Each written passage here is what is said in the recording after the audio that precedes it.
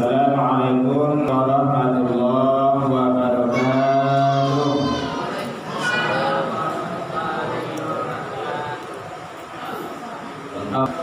Dari yang kotor, kemudian inilah langkah kita membersihkan. Namanya adalah tahalli, mengisi. Nah, ini di sini poin yang kita bahas ini ada tahalli, ada tahalli. Jadi karena kita tahu dengan sifat-sifat yang mengotori jiwa, kemudian kita buang dan kita isi. Nah, itu yang hakikat dari ilmu tasawuf itu, orang yang bertasawuf itu. Jadi kita membahas ilmu tauhid, ilmu tasawuf dalam rangka kita mengamalkannya. Jadi tasawuf itu adalah al-ilmu ya'rafu, mengetahui tentang namanya sifat-sifat mazmumah. Mazmumah itu yang buruk, yang jelek di dalam diri, dalam kalbu, dan mahmudah, sifat-sifat yang baik. Kemudian termasuk juga tahu cara membersihkannya, dan juga berjalan wasairu ilallah, melaksanakan. Jadi kalau Allah tahu ada sifat-sifat buruk di dalam diri, kemudian kita buang, tahu cara membuangkannya, di antaranya adalah dengan zikir dan dilakukan. Dipraktek itu bahasanya. Itulah di antaranya dengan amal soleh, sholat, zikir, dan amalia-amalia lainnya. Jadi lengkap 3. Itu ada orang bertanya nanti tasawuf itu apa? Mengetahui sifat yang buruk, yang jelek, yang kotor di dalam diri, kemudian tahu cara membersihkannya, kemudian dilakukan. Berjalan itu bahasanya wasairu ilallah, berjalan menuju Allah, berjalan secara rohaniah. Berjalan itu dilakukan. Contohnya itu yang kita bahas. Kita tahu ada di dalam diri kita sifat hasad, kita buang. Berarti kita jangan hasad lagi. Kita isi dengan apa? Dengan kebaikan. Apa kebaikan itu? Ya amal soleh yang kita lakukan. Nah, kemudian memang dipraktekkan, dilakukan amal soleh itu. Jadi itu bicara masalah ilmu tasawuf. Jadi ada ilmu tasawuf, ada tasawuf, ada ilmu tauhid, ada tauhid. Kalau ilmu tauhid itu hanya sebatas tataran keilmuan, tapi tidak mengamalkannya. Kalau tauhid itu sudah mengamalkan. Nah gitu. Karena banyak orang yang tahu ilmu tauhid tetapi tidak mengamalkan. Nah, prakteknya, pelaksanaannya itu disebut dengan thariqah. Gitu. Thariqah itu pelaksanaannya. Di simpelnya tasawuf itu ilmunya, thariqah itu prakteknya, kemudahannya. Jadi kita mengamalkan, dilakukan. Tahu ilmu zikir, amalkan zikir. Tahu ilmu sholat, amalkan sholat. Gitu. Dan pertanyaannya Bapak Ibu. Jadi kaum muslimin rahimahumullah. Jadi satu, latifatul qalbu. Saya diulang sampai ketujuh. Posisinya 2 jari di bawah dada kiri. Zikirnya 5.000. Langkah awal. Kalau lebih juga boleh, tidak apa-apa. Kalau kurang, ya tak apa juga dalam rangka kita latihan.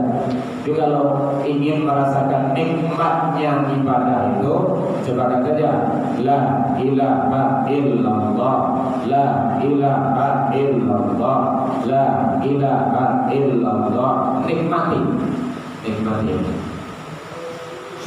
Kemudian sifat hawa, nafsu, hubud dunia, cinta dunia, iblis dan syaitan. Ada 5 di dalamnya sifat yang tidak baik.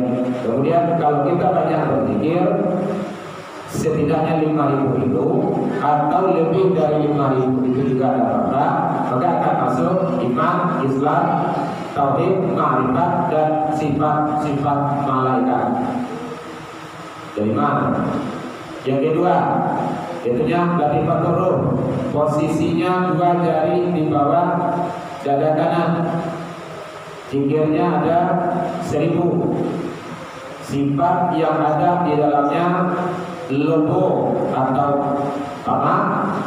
Pesawatnya terakus dan batil. Kalau kita zikir sasarannya ke situ, maka yang akan masuk sifat qanaah. Qanaah itu menerima. Itu. Yang ketiga, yaitunya latifatus sir. Posisinya 2 jari di atas dada kiri. Zikirnya 1000. Sifat yang buruk yang ada di dalamnya yaitunya ghadab, pembelah, kesowannya atau pemarah, dendam. Kalau kita zikir,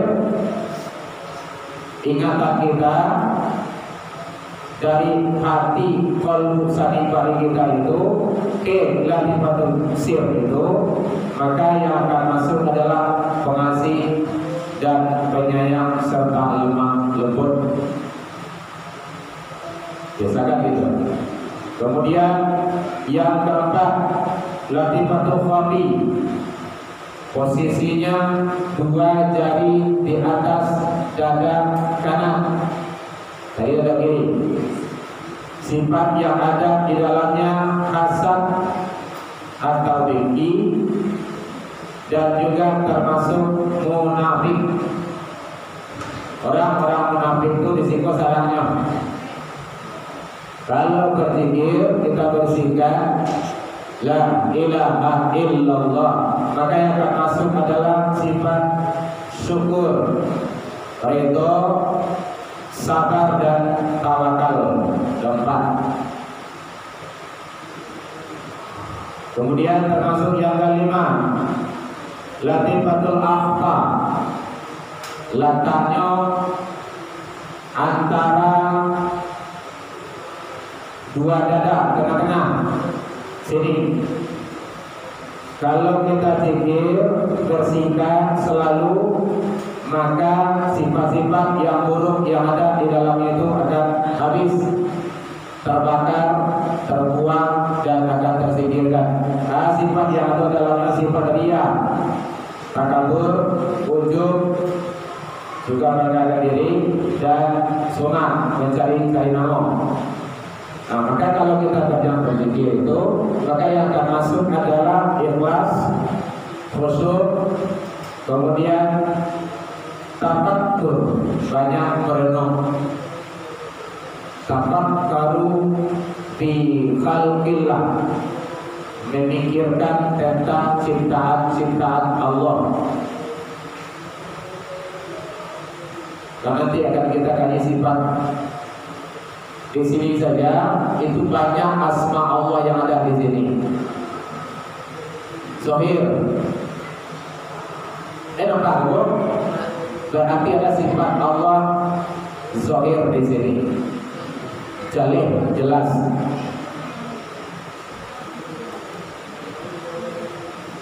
Ini kira-kira kuat atau tidak ya bu ya? Atau meja ini kuat enggak? Atau tiang ini kuat atau enggak?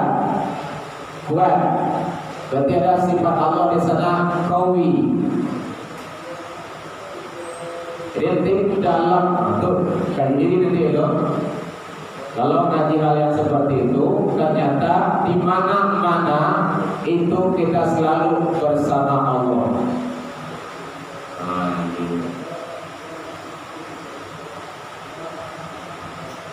Masjid ini indah atau enggak ya Bu ya? Atau ini bagus atau enggak? Kalau bagus berarti ada jamil. Keindahan Allah ada di sana. Jadi nanti kita nyampe ke sana. Jadi apa antara dua dada tanah-tanah. Kemudian yang keenam yaitunya namanya latifatul nafsun natiqah. Letaknya di antara dua kaniang. Kini tidak. Jadi apa yang ada sifat di dalamnya yaitunya daya khayal dan panjang angan-angan. Tulul amal. Panjang angan-angan. Tulul amal itu salah satu sifat. Kalau itu dipelihara maka akan tumpitul amal, merusak dan menghancurkan amal ibadah manusia. Jadi enam itu sittatu asya tumpitul amal. Enam perkara yang merusak dan meracuni ibadah seseorang. Salah satu adalah tulul amal, panjang angan-angan. Nah gitu.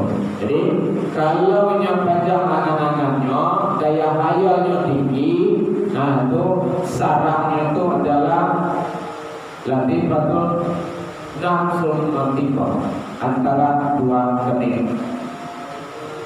Salah satu itu menghayal kepanjangan itu. Kalau dia berzikir, maka yang akan muncul adalah jiwa tentramnya, tanam pemikirannya. Maka inilah jaminan Allah. Ala bizikrillah, ketahuilah banyak zikir kepada Allah akan membuat hati itu akan tenang dan pikiran akan tentram. Dan yang ketujuh adalah latifatun kullu jasad. Jadi tiap-tiap jasad itu di seluruhnya sifat yang ada di dalamnya yaitunya sifat jahlun dan termasuk lalai atau lengah. Nah, kalau kita berzikir banyak mengamalkan amalan zikir, maka yang akan masuk ke dalamnya itu yaitunya bertambah ilmu pengetahuan dan juga bertambah amal artinya perbuatan yang soleh. Ilmu itu selalu kita menambah. Allah akan mengangkat derajat orang yang beriman dan berilmu.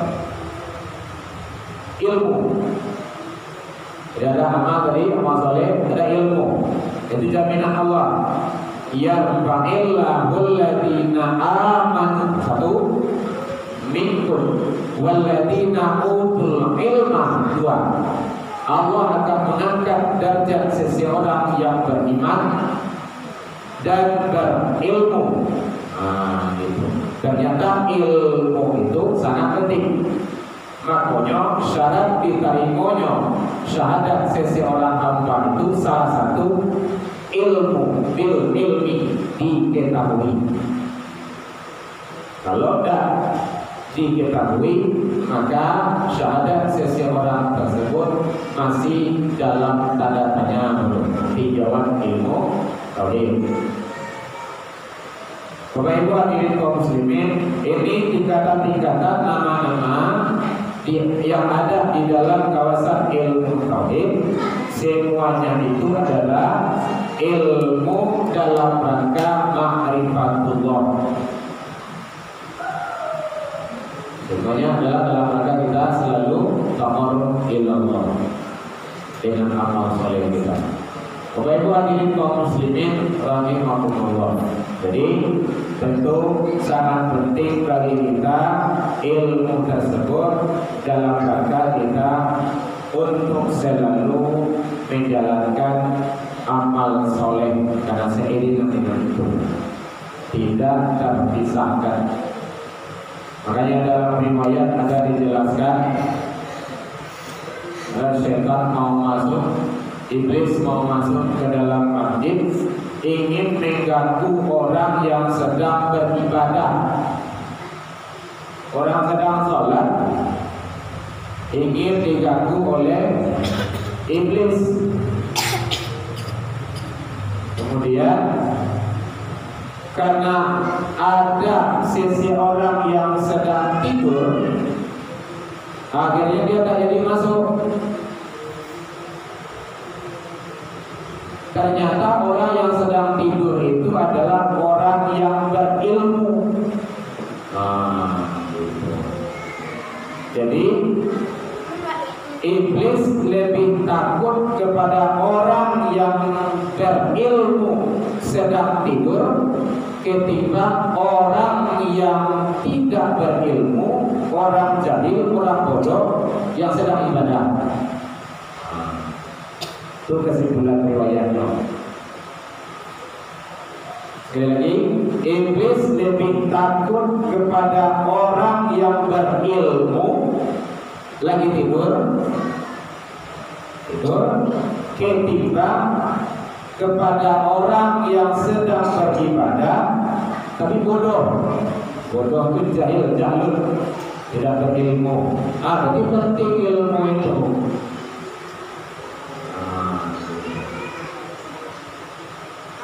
Makanya kata ibadah itu perlu dengan ilmu, dan ilmu itu untuk diamalkan. Al ilmu bila amalin kasyajari bila tarmalin. Ilmu yang tidak diamalkan bagaikan pohon yang tidak berbuah. Bapak Ibu hadirin kaum muslimin rahimahumullah.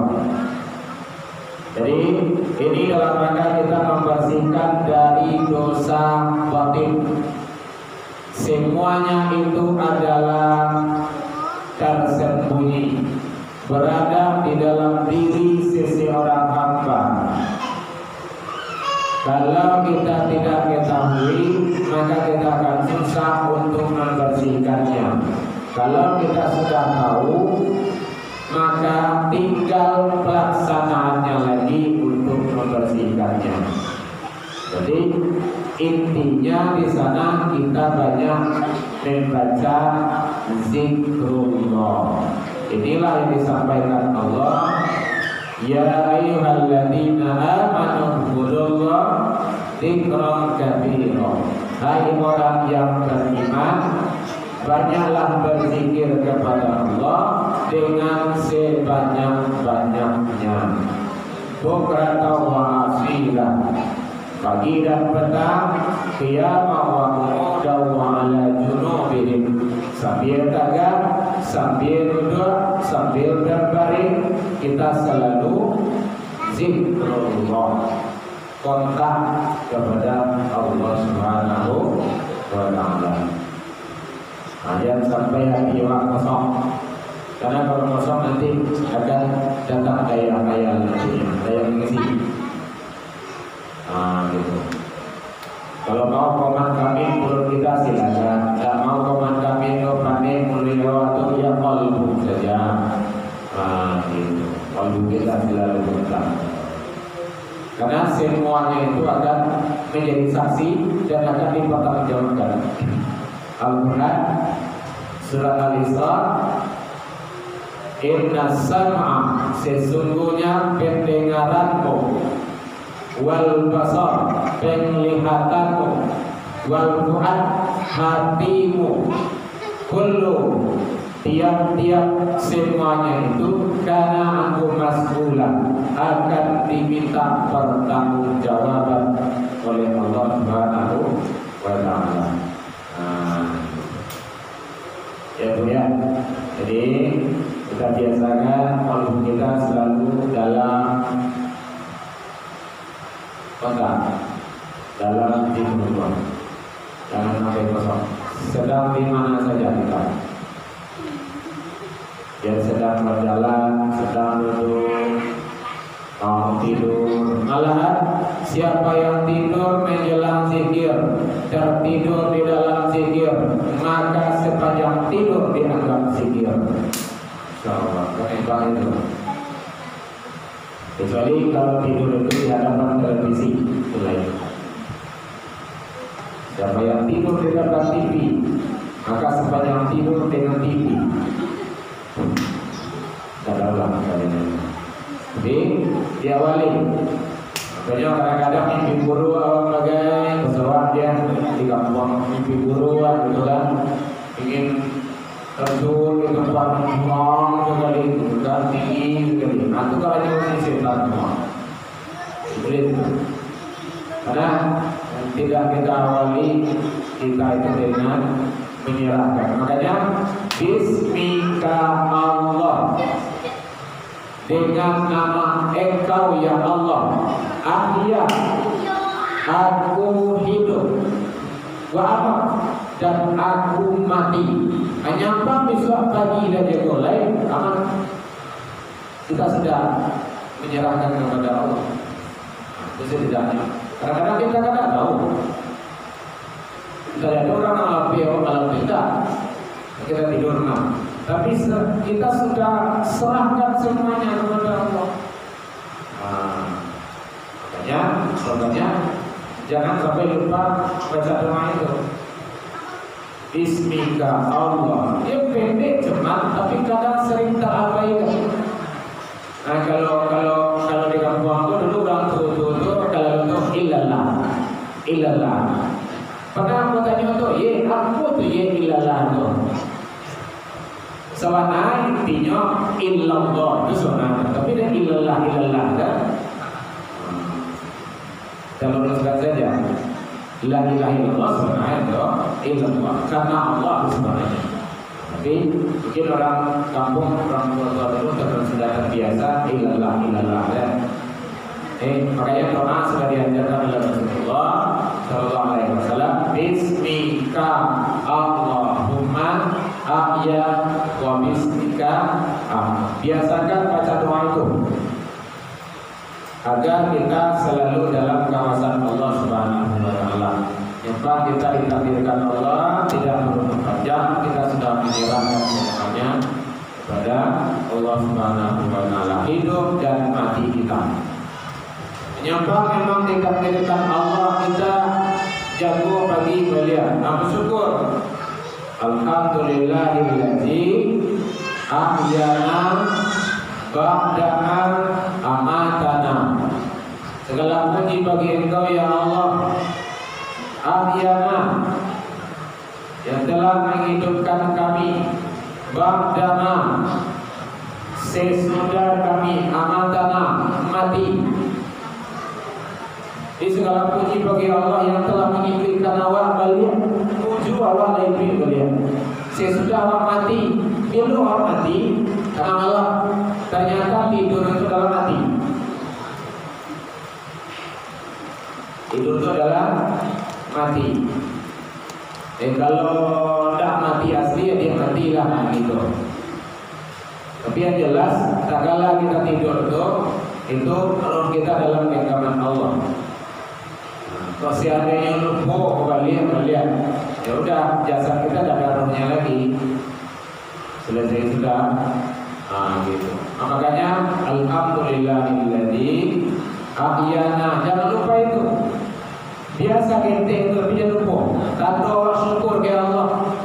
Alhamdulillahilladzi, segala puji bagi Engkau ya Allah, ahyana, yang telah menghidupkan kami kembali ba'da ma amatana, setelah kami mati tadi.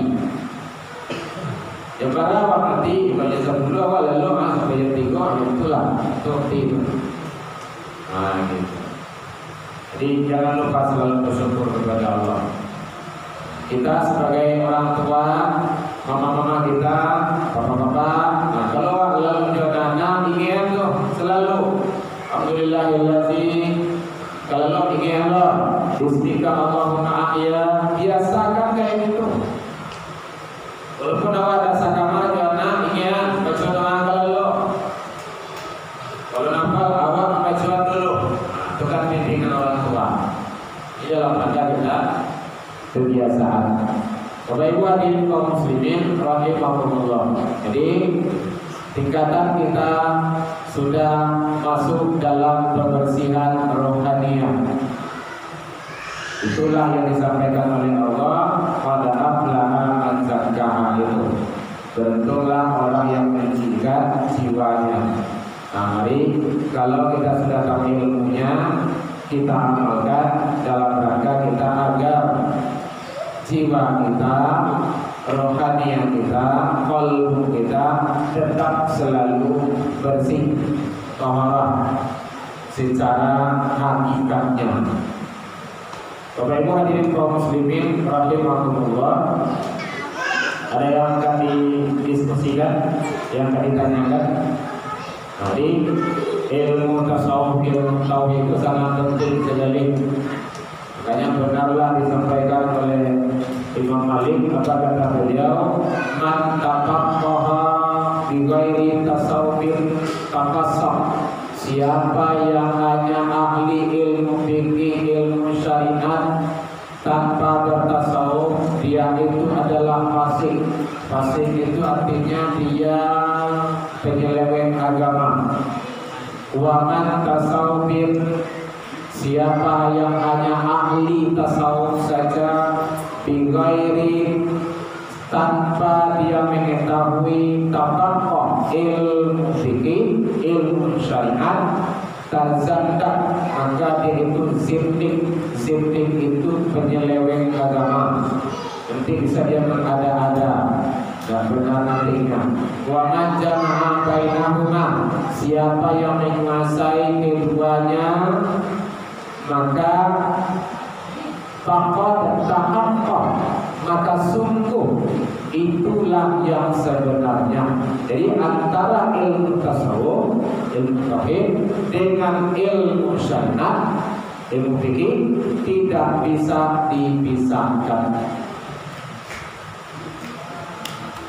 Karena arahannya semuanya adalah dalam rangka kita untuk bermunajat taqarrub ilallah. Hadirin kaum muslimin rahimakumullah. Jadi syariat itu antara syariat, tarekat, hakikat dan ma'rifat tidak bisa dipisahkan. Ini kita mengkaji ilmu yang seperti ini dalam rangka kita adalah mencari hakikat, menyembah dengan sebenarnya. Nah, makanya kehebatan kita orang tauhid itu ada kita mengamalkan tauhid rububiyah dan mengamalkan tauhid uluhiyah. Nah, gitu. Tauhid rububiyah itu mengakui Allah sebagai pencipta, mengesahkan Allah sebagai pemberi, mengesahkan Allah sebagai mematikan, menghidupkan, membagikan rezeki dan segala macamnya. Kita mengakui itu namanya tauhid rububiyah. Kemudian yang kedua tauhid uluhiyah. Nah, uluhiyah itu tidak satunya orang yang punya, tidak seluruh manusia yang punya. Umat Islam pun tidak sempurna. Di samping yang pertama tadi tauhid rububiyah, maka tauhid uluhiyah, mengesahkan Allah dengan menyembah dan beribadah kepada Allah Subhanahu wa Ta'ala. Inilah yang kita lakukan. Jadi jangan sampai ilmu banyak tapi tidak sholat, pandai baca Al-Quran tapi Al-Quran tidak dibaca. Nah, gitu. Tahu ilmu sholat tidak dilaksanakan. Nah, berarti belum melaksanakan tauhid uluhiyah. Bapak Ibu hadirin kaum muslimin rahimakumullah. Jadi sudah lengkap pembahasan dalam tinjauan ilmu tauhid yang mengarah pembersihan secara rohaniahnya. Pembahasan selanjutnya nanti akan kita tingkatkan lebih halusnya lagi dan sedetil-detilnya agar kita lebih fokus dalam pelaksanaan ibadah. Konsentrasi di atas itu adalah khusyuk. Karena sholat itu berat kecuali bagi orang-orang yang khusyuk. Wa innaha lakabiratun illa 'alal khashi'in. Baik Bapak Ibu hadirin kaum muslimin rahimakumullah. Bagi ibu yang belum dengar yang kemarin, kita sudah sampai yang maqamat hidup sekarang. Kalau bagi yang belum juga silakan buka saja di YouTube karena kita masukkan. Jadi Masjid Al-Sunnah ini sudah terkenal di YouTube agar orang-orang tahu pula, oh ada pengajian rutin tauhid di Al-Sunnah. Nah, gitu. Baik, demikian saja. Al-haqqu min rabbikum. Dan benar datangnya dari Allah Subhanahu wa taala. Yang salah itulah kita sendiri, al-insan sifatul khilaf, manusia bersifat khilaf dan khilafan. Ila liqa fastabiqul khairat wa billahi taufiq wal hidayah. Wassalamualaikum warahmatullahi wabarakatuh.